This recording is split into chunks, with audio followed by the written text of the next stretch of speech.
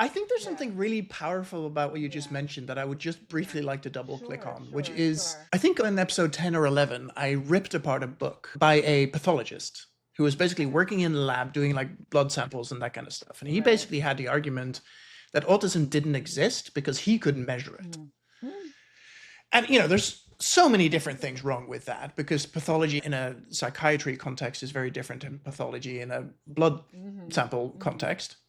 But the thing that really sprung to mind for me is that when you talk about complex traumas and when you talk about somebody having attachment patterns that are harming them, but the attachment patterns were formed as a defense mechanism to something else that was harming them, right?